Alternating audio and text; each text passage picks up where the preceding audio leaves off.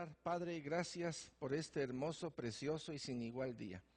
Gracias por el don, la gracia que tú pones en nosotros para que nuestro corazón, mi Dios, se vuelva agradecido. Y sobre todo prepararnos para estar eternamente agradecidos, Señor, por tu amor y por tu misericordia, porque tu fidelidad se ha mostrado cada día, cada momento en nosotros. Nunca nos has dejado. Tu presencia ha sido manifiesta en cada momento, Señor. Gracias, gracias y gracias. Ponemos ante ti esta enseñanza y clamamos tu luz, tu amor y tu verdad para que tu palabra venga a ser ese efecto de esa espada, mi Dios, que transforme nuestra vida, que cambie nuestra forma de ser, que cambie nuestra forma de hablar, nuestra forma de entonar canto, que cambie, Señor, todo nuestro ser. Que nuestro ser sea un templo de alabanza para la gloria de tu nombre. En el nombre de Jesús, Señor, te lo pedimos. Gracias, gracias y gracias. Bendito y bendito tu nombre por siempre y por siempre. Amén y amén. Bien, hoy es 12 de octubre, Día de la Raza. Estamos en la gran jornada 2, recuérdense, estamos dentro del propósito y del plan eterno de Dios. Y el plan y propósito eterno de Dios incluye al Padre, incluye al Hijo, que es la palabra, e incluye el Espíritu Santo, ¿cierto? Que es la espada del Espíritu también, de ambos lados. Estamos en la quinta temática general, que es la redención del hombre. Y en esta redención del hombre, obviamente, tenemos que hablar de aquel que vino, de aquel que programó todo para que el hombre no muera. Entonces ya vimos introducción, ya vimos entre la palabra y el Espíritu, ya vimos la palabra, ya vimos a Cristo y estamos en el Espíritu Santo. Y esta es la temática que hemos tenido. El tema del día de hoy, espero que podamos cumplir estos tres propósitos. El Espíritu Santo en el Nuevo Testamento, Jesús promete el Espíritu Santo y Jesús dispone del Espíritu Santo. Entonces estábamos en las agendas y hablando de la agenda estamos hablando del corazón del hombre y de cómo el corazón del hombre tenía que haberse perfilado para comer del árbol de la vida y así haber trascendido a otro nivel. Pero el hombre, en vez de haber hecho eso en el Edén, comió del árbol prohibido, el hombre cayó. Y al caer hablamos de tres condiciones. El hombre está separado de la gloria de Dios, el hombre está condenado a la muerte y al infierno, y el hombre tiene su triple naturaleza violentada. Sobre estos tres principios que hemos estado trabajando. Al hablar de las agendas, la primera que podemos hablar es del hombre caído. ¿A dónde va a ir el hombre caído sin Dios? Caído de una vez, caído y rebotado en el otro laredo. Así es que esa es la agenda para ellos. Pero dentro de los caídos hay un llamado de Dios a Abraham, y por medio de Abraham, pues entonces viene lo que se llama el pueblo judío. Abraham es la cabeza del pueblo judío, a través de él vienen las 12 tribus, y aquí entonces aparece la agenda del pueblo de Dios. Pero en un momento determinado, cuando Dios le habla al pueblo, hace un compromiso, lo que se llama el ketubá. El ketubá es el matrimonio entre la voluntad de Dios y la voluntad del pueblo de Israel. Y este se confirma a través del decálogo. Se habla de 613 leyes que el pueblo de Dios asimiló, que tenía que cumplir para sentirse primero cubierto bajo la cobertura de Dios. Pero vemos aquí que el pueblo de Dios a través del monte Sinaí hace el pacto o el ketubá de matrimonio. El pueblo le dice, sí, queremos ser tu pueblo, y él le dice, bueno, si ustedes quieren ser mi pueblo, yo voy a ser su Dios. A partir de este momento, este pueblo que venía tirado con onda se vuelve nación. Una nación poderosa que tiene un Dios poderoso y único. Y el Antiguo Testamento se caracteriza por la ley. Pero pasado cierto tiempo, ustedes se recuerdan que hay una promesa que de Belén, una virgen, etcétera, nacería el ungido de Dios, y es por medio de María. Por medio de María viene el nacimiento de Jesucristo, y aquí se forma la tercera agenda. La tercera agenda es la iglesia de Jesucristo. Jesucristo funda una iglesia. Y estas tres agendas tienen componentes muy específicos para cada uno. Por ejemplo, si hablo de la agenda del pueblo incrédulo, va al infierno si no se convierte. Así automáticamente va a terminar en el lago de fuego. Y el pueblo de Israel tiene una agenda. Y la agenda es que si este pueblo no se convierte, este pueblo va al infierno, así de sencillo. Solo que este pueblo es el pueblo de Dios, y este pueblo está esperando en este momento al Mesías. Este pueblo va a pasar por la gran tribulación, conforme a la palabra de Dios. Y la tercera agenda, que es la agenda de Jesucristo para su iglesia, que es la que ustedes pueden ver ahí. Ahora, resulta que tanto del pueblo judío como del pueblo pagano, nosotros venimos de ese pueblo, nos podemos volver cristianos por medio de creer, por medio del arrepentimiento, o sea, se llama la conversión. Cuando nos convertimos, entramos dentro de la agenda de la iglesia de Jesucristo. Aquí está la agenda de Jesucristo. Cuando hablamos de la agenda de Jesucristo, estamos hablando de un tiempo específico. Este tiempo se conoce como el tiempo de la gracia. Quiere decir que lo que no había en el Antiguo Testamento, por medio de Jesucristo y a su iglesia, se le está dando una gracia especial. Este tiempo es conocido como tiempo de la gracia. En este tiempo estamos nosotros. Ahora bien, así como hemos hablado de que Jesucristo funda su iglesia, llega un momento en que la iglesia va a cerrar puertas. El Apocalipsis habla un poquito de la iglesia, hasta el capítulo más o menos 6 habla de la iglesia. Y nuevamente habla de la iglesia en el capítulo 19, cuando el Cordero viene en su caballo, Jesucristo viene en su caballo y atrás viene la novia.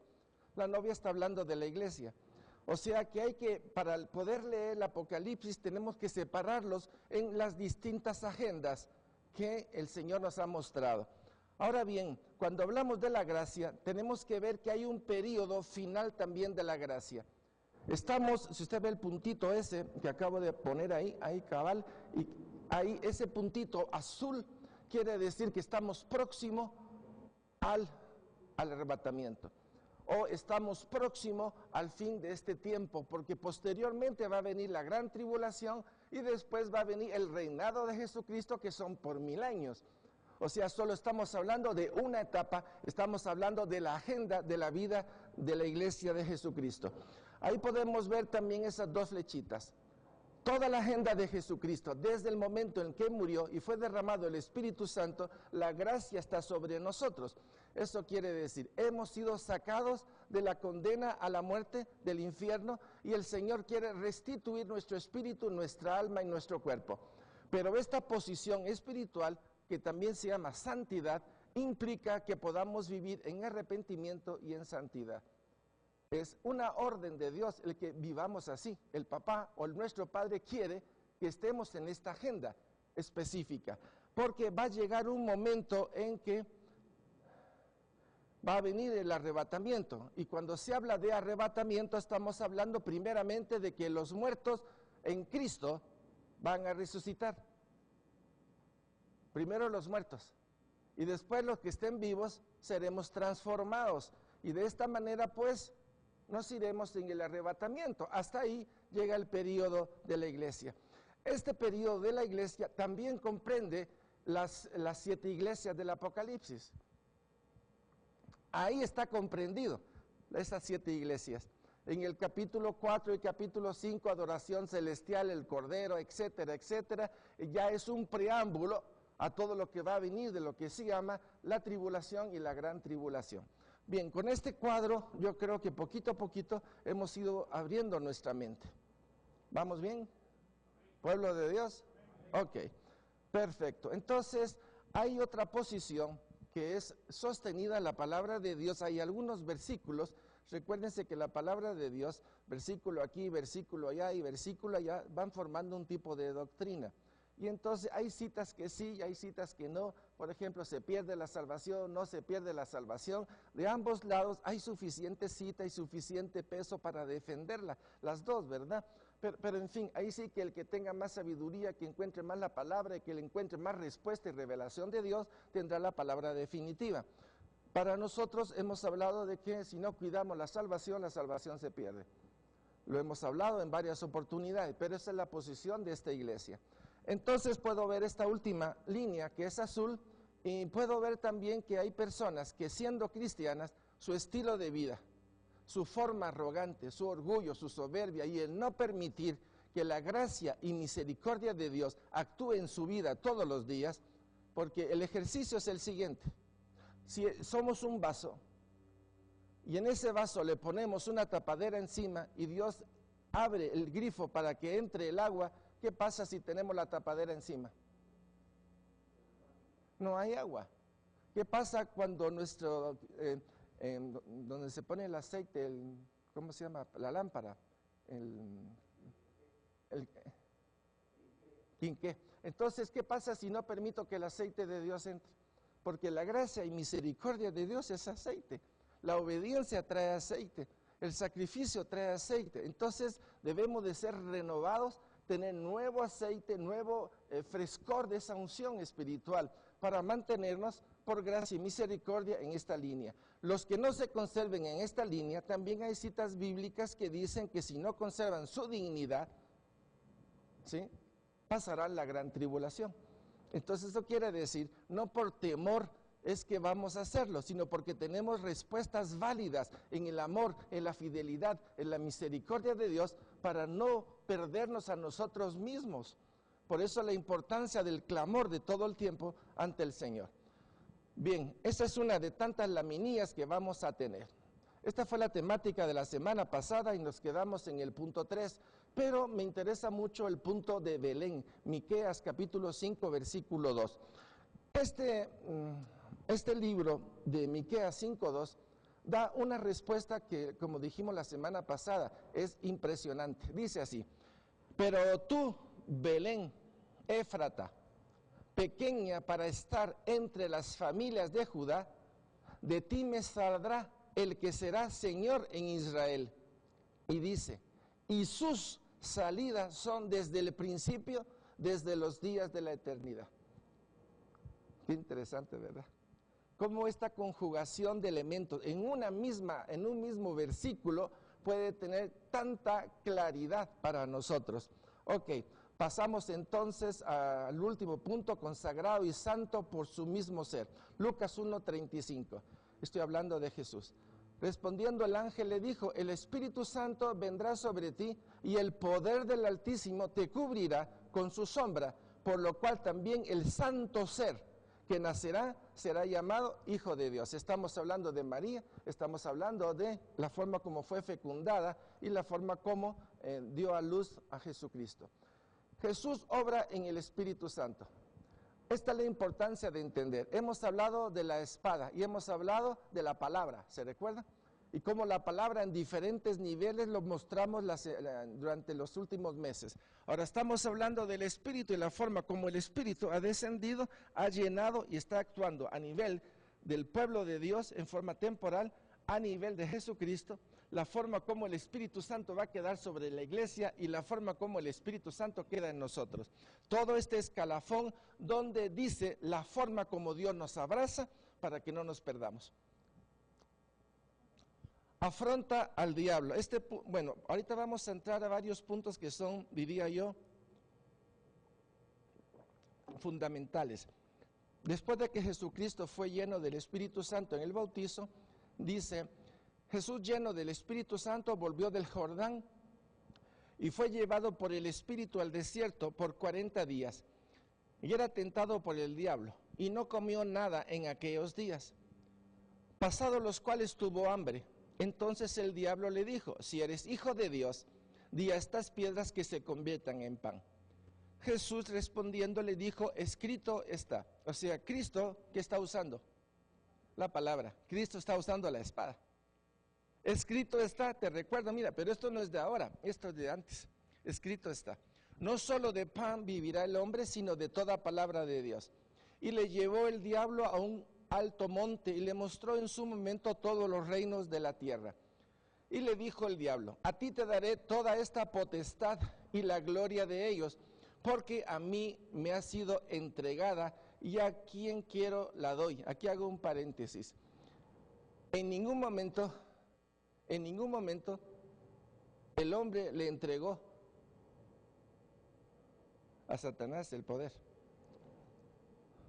El hombre fue engañado. Oiga, el hombre fue engañado. O sea, el poder que tiene Satanás es poder robado. Pueblo de Dios. Satanás con engaño hizo caer al hombre y al hacer caer al hombre y a la mujer, él toma posesión de esto. O sea que ni siquiera de él es, y dice, y a quien quiero la doy. Si tú postrado me adorares, todo será tuyo. Interesantísimo esto.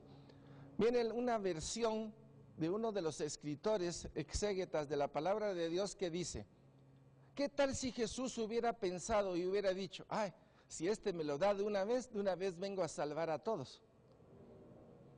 De una vez, porque si lo adoro, diría, entonces todos por los que yo vengo, ya de una vez me los dan. Pero esa no era la forma como iba a triunfar Cristo. Cristo iba a triunfar oyendo la voz y haciendo la voluntad del Padre, porque Él venía a morir. O sea, la propuesta del otro era la más fácil. Muchas propuestas que nos vienen a nuestra vida son muy fáciles, pero no es la voluntad de Dios.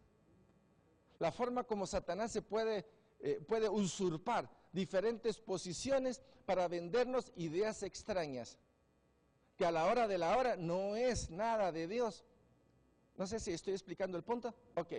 Respondiendo Jesús le dijo, vete de mí, Satanás, porque escrito está, otra vez, esta frase tan famosa y preciosa para nosotros. Al Señor tu Dios adorarás y a Él solo servirás. Vean la posición que tenía Jesús, una posición guiada por el Espíritu Santo de certeza, de seguridad. Sabía lo que el otro estaba haciendo. Nosotros o a nosotros Dios nos está preparando para que no caigamos en esas trampas. Dios nos está preparando para tener convicción y seguridad, para que cuando veamos esa serie de situaciones podamos decir como Jesucristo dijo, escrito está, y solo a Dios adorarás. O sea, las respuestas que nosotros ya conocemos. A veces no queremos ver al enemigo con el poder y la autoridad que tiene. Cuando no lo vemos así es porque todavía no tenemos el temple en el Señor para hacer las cosas correctas. Entonces nos vemos que nos diluimos en un montón de situaciones. Al Señor tu Dios adorarás y a Él solo servirás. Y le llevó a Jerusalén y le puso sobre el pináculo del templo y le dijo, si eres hijo de Dios, échate de aquí abajo. Oiga también esto. Satanás dijo, porque escrito está. Quiere decir que no solo conoce las escrituras, sino que sabe aplicarla. Eso quiere decir que van a haber personas que utilizando la palabra de Dios nos van a querer confrontar. Y tenemos que tener la sabiduría y el escrito está en nuestro corazón para responder con amor, con sabiduría y con suficiente fuerza para dejarlo parqueado. Pueblo de Dios.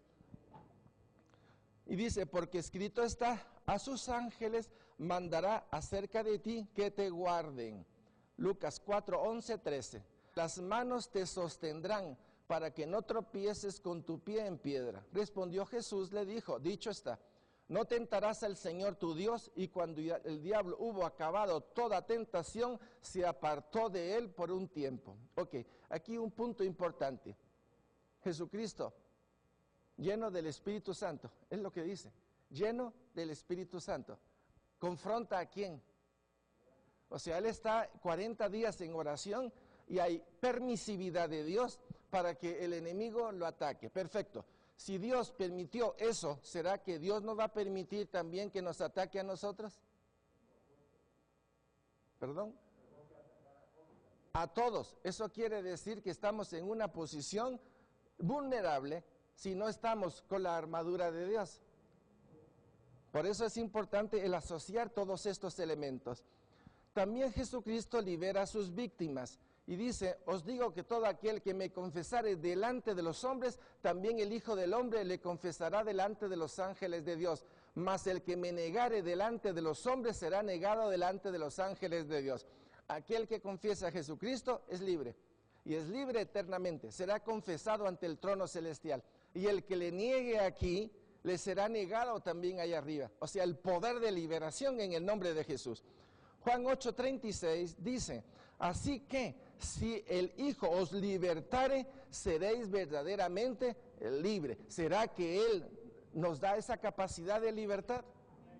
¿Somos libres en el nombre de Jesús? Ok, el poder del Espíritu Santo, el poder de la palabra. Por eso hemos estado hablando. No nos hemos metido a los dones ni nos hemos metido a todos los elementos que hay a favor de nosotros. Estamos hablando de la palabra y del Espíritu. Y hemos hablado de que nuestro caminar espiritual es entre la palabra y el Espíritu. Hay una cera de este lado y una cera del otro lado. Hay suficientes elementos para poder decir, hay luz en el camino que Dios nos está haciendo caminar. Hay luz, hay seguridad. Bien, trae a los pobres la buena nueva. Este es el mensaje del Antiguo Testamento de Isaías. Y dice, Lucas 4:18, el Espíritu del Señor está sobre mí, por cuanto me ha ungido para, aquí viene la pregunta, ¿para qué? Para dar buenas nuevas, ¿a quién? Ok, posiblemente nosotros en el mundo pudimos haber tenido un poquito de plata, de posición, etcétera, pero la pobreza no se está refiriendo ni a tener pisto o a no tener pisto. La pobreza es a pobreza a nivel del espíritu. No teníamos nada, éramos tan pobres espiritualmente, miserables, que se requirió de la misericordia de Dios para sacarnos del nicho de muerte en el cual nuestra alma deambulaba. Y dice después, me ha enviado a sanar a los quebrantados de corazón, a pregonar libertad a los cautivos y vista a los ciegos, a poner en libertad a los oprimidos. El plan, la agenda de Jesucristo es esta. La agenda de Jesucristo está plasmada aquí y es por medio de su sangre por la cual nosotros obtenemos el perdón de los pecados y podemos incorporarnos a la agenda de Jesucristo.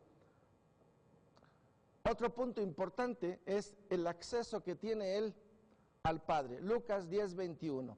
En aquella misma hora Jesús se regocijó en el Espíritu y dijo, yo te alabo, oh Padre, Señor del cielo y de la tierra, porque escondiste estas cosas de los sabios y entendidos y las has revelado a los niños. Sí, Padre, porque así te agradó. La importancia de la forma como Jesucristo, al venir a la tierra, por favor, voy a tratar de escenificar un poquito. Recuérdense que no he recibido clases de arte, pero voy a hacer lo posible, ¿verdad? Imagínense que al entrar en este círculo, es como que si Cristo hubiera entrado a la tierra, ¿no? Entra a la tierra, nace de María, un crecimiento hasta los 30 años y comienza su vida pública. Él, en este mundo de oscuridad, Él es la luz. Él no se olvida de quién es el Padre. De hecho, mantiene constante presencia de lo que es el Padre en su vida. Habla del Padre, testifica del Padre, ¿cierto? Testifica del Espíritu Santo, testifica de su obra. Dice quién es el poder de este mundo, ¿cierto?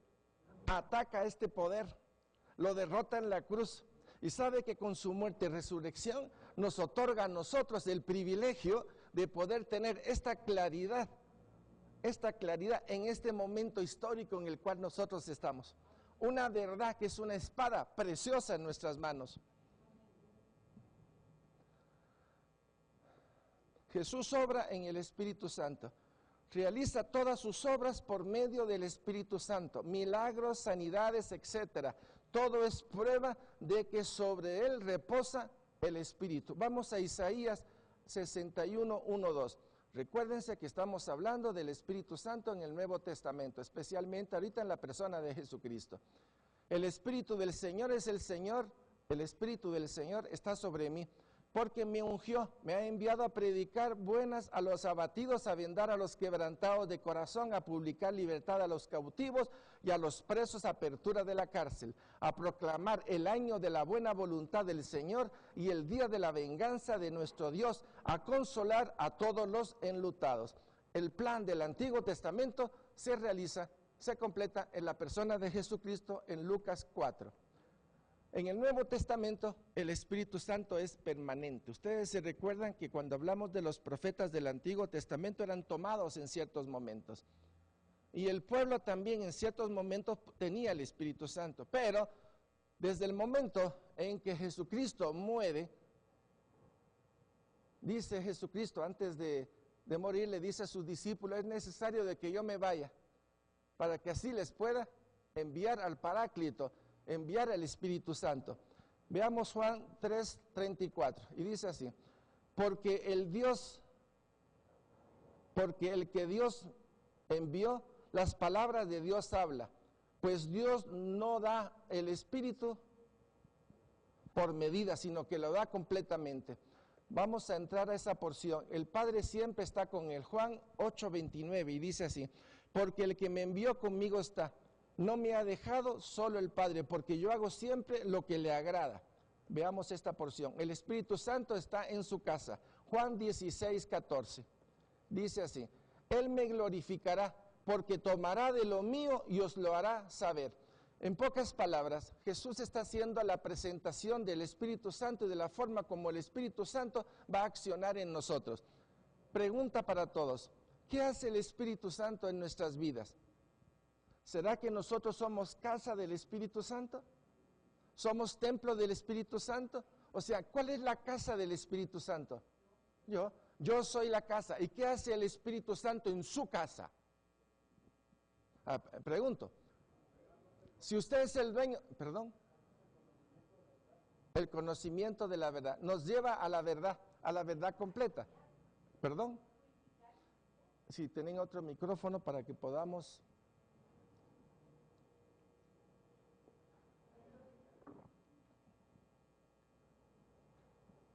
Siendo él el dueño de la casa, él purifica el lugar de su habitación, con su sola presencia echa fuera las tinieblas. ¿Qué pasa cuando tenemos jóvenes de 14, 15 o 16 años o por ahí? Y cuando la mamá entra al cuarto, dijo, amigo, aquí hubo combate. No, mamá, sí vivo yo. ¿Qué hacemos con los patojos que mantienen su cuarto desordenado y ese relajo típico en el cual la juventud dice, papá, siempre estoy cansado? Y los zapatos por todos lados, la ropa por todos lados. ¿Qué hacemos con nuestros hijos? A ver, ayúdenme, papás. Les decimos que ordenen. ¿Y qué pasa? Incluso los ayudamos a ordenar. ¿Y qué pasa con los hijos? Se enojan más. ¿Cómo creen que estamos nosotros con el Espíritu Santo? A ver, pregunto. ¿De cuántas maneras el Espíritu Santo no quiere ordenar nuestra vida y nosotros no se lo permitimos? ¿No tiene eso una asociación o un símil muy parecido a la forma ingrata con la cual nosotros nos dejamos conducir? Ok. Seguimos con el Espíritu. Jesús promete el Espíritu Santo. Y yo rogaré al Padre. Hemos visto cómo el Espíritu Santo accionó en el Espíritu, en Cristo. Y aún inclusive en el momento en que Jesucristo muere, dice, Padre, te entrego mi Espíritu. ¿Era necesario que Jesús muriera? ¿Era necesario de que Él llevara la sangre al propiciatorio celestial? ¿Qué de todo esto era lo más importante? Si Jesucristo no muere y muere en la condición perfecta de obediencia, no vendría el Espíritu.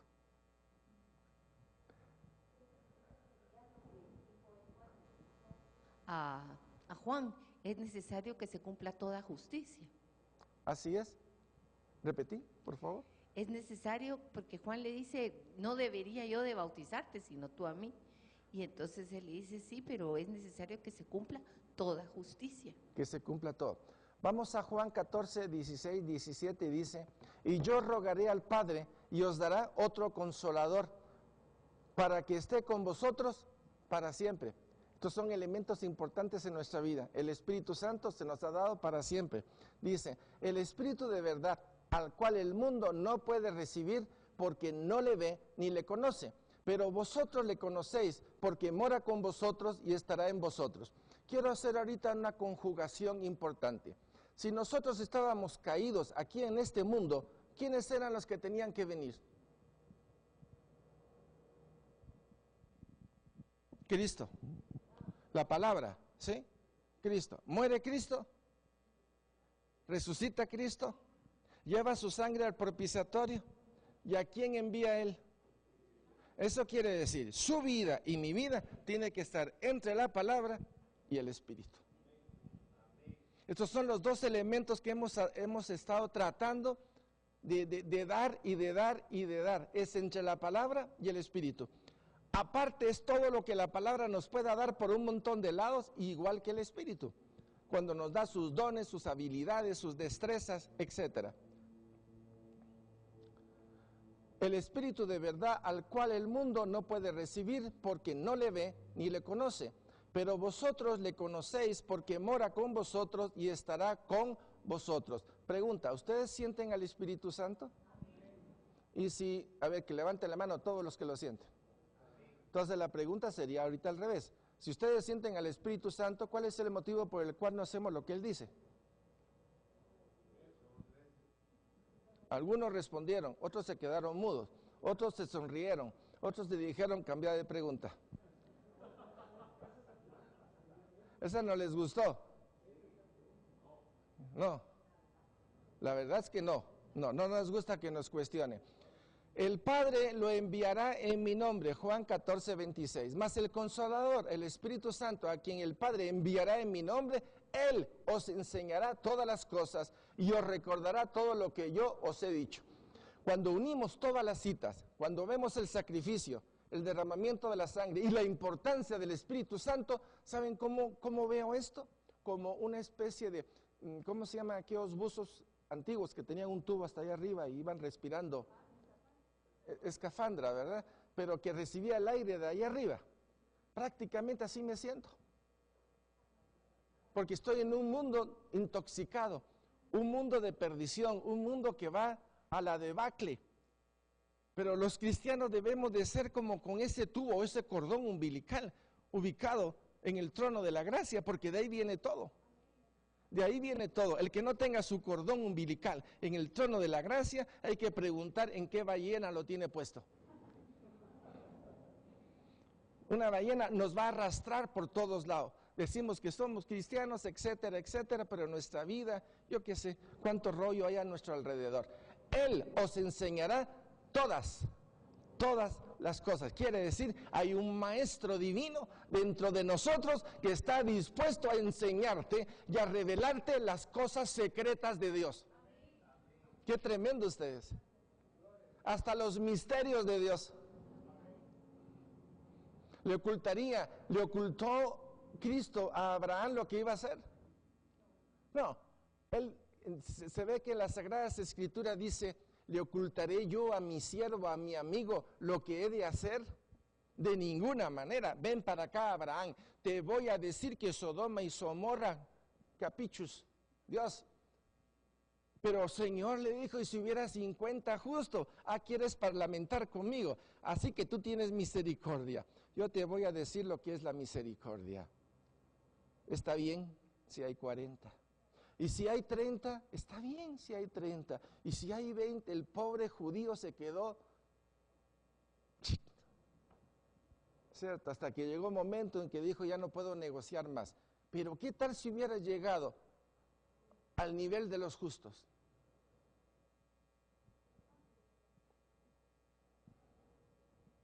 ¿Cuántas cosas Dios no ha hecho por un justo? ¿Se recuerdan de Josías? ¿Cuántos no hay en la historia que por un justo? ¿Cuántas veces levantó el pueblo un juez? Y por ese juez que pudo levantar a todos, hubo paz durante ese tiempo. Hay un principio, y me gustaría que lo apuntaran. Este principio lo podríamos llamar jurisprudencia divina, aunque realmente es humana. La jurisprudencia humana es cuando hay un caso legal, y me puedes corregir, Jorge, cuando hay un caso de antecedente y alguien viene y dice, pero eso está ahí, se llama jurisprudencia, ¿verdad? Quiere decir que como tengo ese caso, usted no puede hacer esto. ¿Así es? A nivel divino Dios no trata a los justos igual que a los injustos. Se llama jurisprudencia divina. Dios no se contradice a sí mismo. Sacó a Lot. O permitió que Noé entrara al gran diluvio, pero antes arrebató a Enoc. Antes de que el pueblo de Dios fuera invadido por los babilónicos, Jeremías hizo el último intento a Sedequías para decirle, entrégate y Jerusalén será salva, pero no lo hizo. Pero también, antes de que Nabucodonosor viniera a caer, el Señor marcó a los justos. Los marcó. Pero aparte de eso, en la primera y segunda invasión, el Señor, por medio de Nabucodonosor, agarró a los jóvenes y se llevó lo que se llama el arrebatamiento previo. Se llevó a Daniel, a Ezequiel, a los amigos de Daniel, se los llevó. Eso se llama arrebatamiento. Aparte a los que marcó adentro. La iglesia será arrebatada. Pero aparte de que la iglesia sea arrebatada, quedarán marcados en el tiempo de la gran tribulación 144,000 que evangelizarán. La historia se repite, se llama jurisprudencia divina. Bendito sea el Señor, que es igual ayer, hoy y siempre. Que no cambia. Pueblo de Dios. Os conviene que me vaya, Juan 16:7. Pero yo os digo la verdad, os conviene que yo me vaya, porque si no me fuera, el Consolador no vendría a vosotros, mas si me fuere, os lo enviaré. Era necesario que Jesucristo muriera, era necesario que Jesucristo derramara su sangre, era necesario que el Espíritu de Dios levantara a Cristo del sepulcro, de la muerte, del Hades. Era necesario que Jesucristo tomara su sangre, la llevara al propiciatorio, y ya la sangre en el propiciatorio podía venir el Espíritu Santo para completar la obra. Por eso, entre la espada, entre Cristo y el Espíritu Santo, está el plan precioso de Dios para que nadie se pierda. Pueblo de Dios.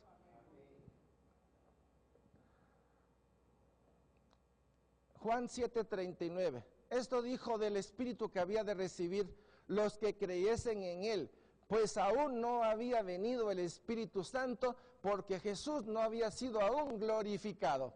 Vean la forma como la secuencia de Dios, el plan de Dios se fue cumpliendo paso por paso. Si Jesucristo no muere, no hay fe. Si Jesucristo no resucita, no hay fe. Si Jesucristo no toma la sangre y la lleva al propiciatorio, no hubiera perdón de pecados. Porque todo esto se cumplió. Es que tenemos el perdón de los pecados, ¿cierto? Y porque esto se cumplió, el Espíritu Santo nos fue dado.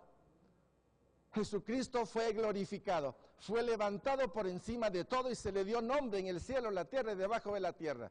De hecho, proféticamente, en el libro de Apocalipsis lo podemos ver cuando Juan está llorando porque está el trono de la gracia y hay un rollo y nadie se atrevía a tomarlo. Y Juan comienza a llorar hasta que llega uno de los seres y le dice: hey Juan, no hombre, tranquilo, mira, abre en tus ojos. ¿Y a quién vio? Al Cordero, que también es león. Y dice que el Cordero, ¿qué hizo? Tomó. ¿Por qué tomó él el rollo? Porque era digno, santo, había cumplido, lleno de gloria, fue glorificado, se le dio el trono por encima de todo. Sentado a la par, y vi como una figura de cordero inmolado o degollado. ¿Cierto? Todo el plan, como el plan se nos presenta delante de nosotros en una forma preciosa. Cristo sabe la necesidad que tenemos de tener al Espíritu Santo luego de su partida al trono de la gracia. ¿Sabía Dios lo que estaba ocurriendo en el planeta Tierra? ¿Sabía Dios que se había confabulado la carne, el mundo y el poder de las tinieblas contra Jesucristo? Sí. Sabía que luego de que Cristo derrotara todo esto y Él se fuera, era necesario de que viniera el Espíritu Santo en nuestras vidas para enfrentar a todos estos. Esta es una batalla anunciada. Esta es una batalla en la cual, perdón, sí, arquitecto. Esa es la verdad. Pero una cosa es Él que lo diseñó y otra éramos nosotros los que teníamos amnesia temporal. Desconocíamos las cosas de Dios, desconocíamos el amor de Dios, desconocíamos su bondad y su misericordia. Éramos unos ignorantes. Es más, el Salmo, no sé si es el 72, que dice: éramos como bestias ante ti. ¿Cómo éramos nosotros antes de conocer a Cristo? ¿Bestias o 333? Medio bestias. A ver.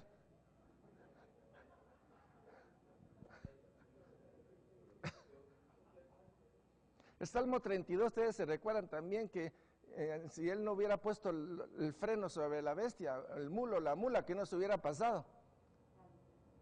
Salmo 32. O sea, cómo la palabra de Dios hace una serie de tipificaciones, hablando del hombre como irracional, absolutamente irreverente, enemigo de Dios. Y a pesar de todo eso, el Señor no nos da por perdido, sino dice, la victoria no se trata de ellos, la victoria se trata de nosotros, de nuestra fidelidad, de que vamos a dar la sangre, vamos a dar el Espíritu Santo para que nadie se pierda. Y los que estamos despertando a esto, cada vez tenemos más convicción y más seguridad. ¿Sí? No se trata de un conocimiento esotérico, se trata del conocimiento real. Dios nos ama y el Espíritu Santo ha venido para declarar que es cierto y para llevarnos a toda verdad. Entender estos dos elementos, caminar en lo que hemos llamado camino de santidad. Hemos visto el mundo, los tres enemigos, la carne y el poder de las tinieblas. Permítame esclarecer un término. Yo sé que a veces hablamos del reino de las tinieblas, pero la palabra reino debe de ser con minúscula. Satanás no tiene reino, jamás ha tenido reino, es una criatura de Dios caída, que aprovechándose de la ley de Dios, si comes morirás. Satanás se aprovechó de esa ley de Dios para hacer que el hombre cayera. El peso que hay sobre el hombre no es tanto lo de Satanás como la promesa de Dios de que si comes morirás. La ley, lo que Dios dijo. Pero Dios también dijo que si crees, vivirás. Hay dos leyes eternas. Si comes, morirás, pero si crees, serás salvo. ¿Cuál de las dos tiene más poder? Las dos se cumplen.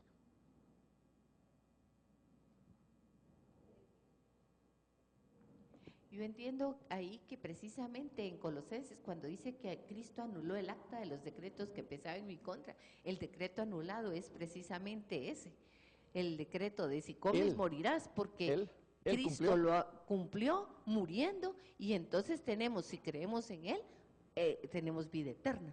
Exacto, porque Cristo murió por nosotros, pero si no creemos en Cristo, seguimos bajo la primera. No sé si me expliqué. Pueblo de Dios, ¿estamos de acuerdo? Entonces, el poder de las tinieblas. Ya sabemos que el poder de las tinieblas, la forma como ataca. Tentación, ¿se recuerda? Tentación, sujeción, no, opresión, obsesión, opresión y posesión demoníaca. Ya hicimos un relajo, ¿ah? A ver, apunten. Tentación,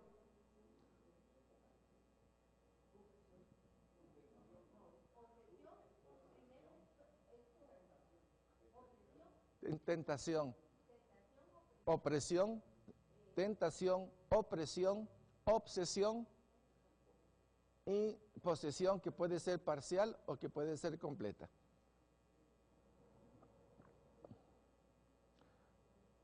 Entonces, lo primero que hace Satanás es separarnos o inducirnos a separarnos de la cobertura de Dios, a sacarnos de la palabra de Dios, a sacarnos de la guía del Espíritu Santo. Chicos, cuando uno está fuera del camino, ¿qué nos puede pasar?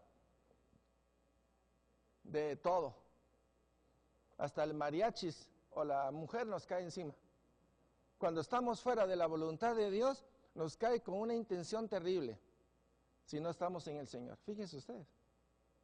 Dios utiliza todo para regresarnos a la vida y a la santidad. Pero depende de nuestra respuesta al Señor, es que vamos a ver con qué frutos contamos. Porque por los frutos seremos vistos. El Espíritu Santo hablará por ustedes. Marcos 13:11. Pero cuando os trajeren para entregaros, no os preocupéis por lo que habéis de decir, ni lo penséis, sino lo que os fuere dado en aquella hora, eso hablad, porque no sois vosotros los que habláis, sino el Espíritu Santo en nosotros. Obviamente, el tiempo que estamos viviendo nos va a comenzar a acorralar cada vez más. Porque todo va a un tipo de relativismo, todo es relativo. todo es consumismo, todo es una especie de hedonismo, de placer, de posición, de confabulación con la situación que estamos viviendo. Entonces, ese molde, lo único que nos está haciendo es sacarnos de la iglesia. Ustedes se recuerdan que hemos hablado de las iglesias de Apocalipsis y hemos hablado de los Nicolaitas y de Balaam. Algunos dicen que la doctrina es igual, se separa tal vez un poquito por la forma tendenciosa como la que se hace.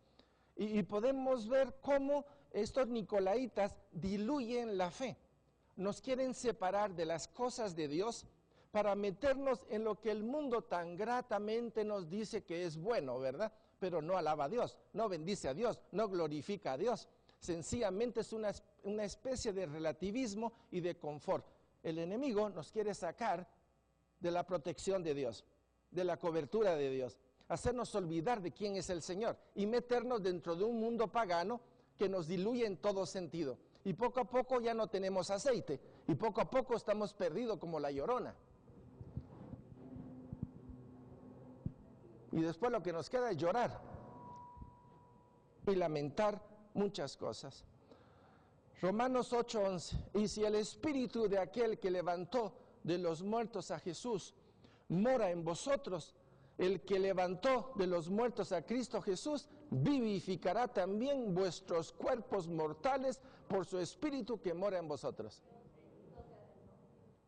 Por eso es tan importante entre la palabra y el espíritu. Nosotros somos instrumentos de Dios.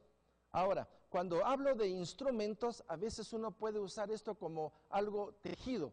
La verdad es que somos hijos de Dios, que por tener conciencia de cuál es nuestro linaje, nos ofrecemos no solo a ser hijos, sino siervos de Dios, por causa del reino. No es porque haya premios. Por ejemplo, alguno puede decir, por lo que va a haber allá, pues por lo que va a haber allá, y que no veas a Cristo, te podés perder lo de acá.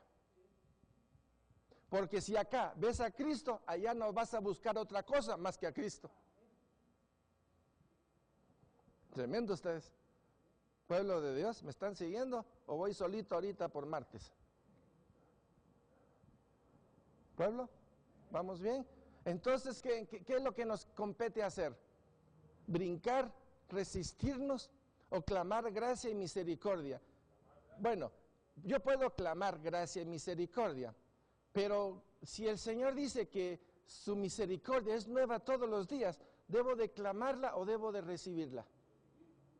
Ahora, ¿cómo se recibe algo? Cuando usted le dan un regalo, usted lo agarra con la boca, ¿verdad? Con las manos. Entonces, ahí está. Entonces, cuando a uno le dan algo, ¿uno qué hace para recibir ese algo? Si te dan las llaves de un carro, ¿tú qué haces?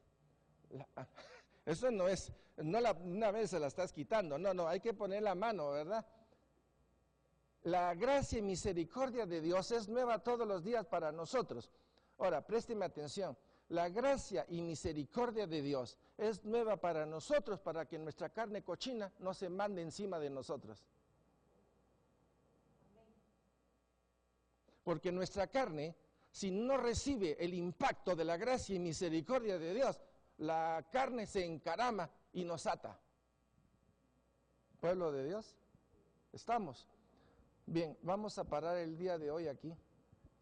Creo que ha sido suficiente material. Y por favor lo pueden ver en la página web. Ustedes se están riendo, ¿quieren más? No vamos a parar hoy.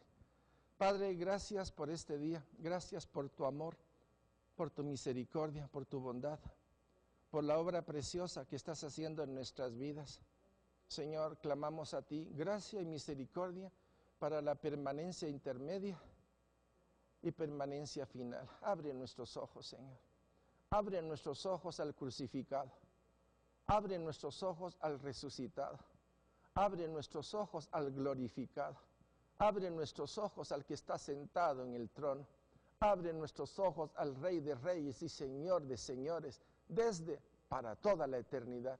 Danos la gracia de ver desde afuera, de ver desde donde tú miras, para que podamos entender mejor los tiempos y ser testimonio del único que vale la pena ser testigo, de ti, Señor. Gracias, gracias y gracias. Bendito sea tu nombre por siempre. Amén y amén.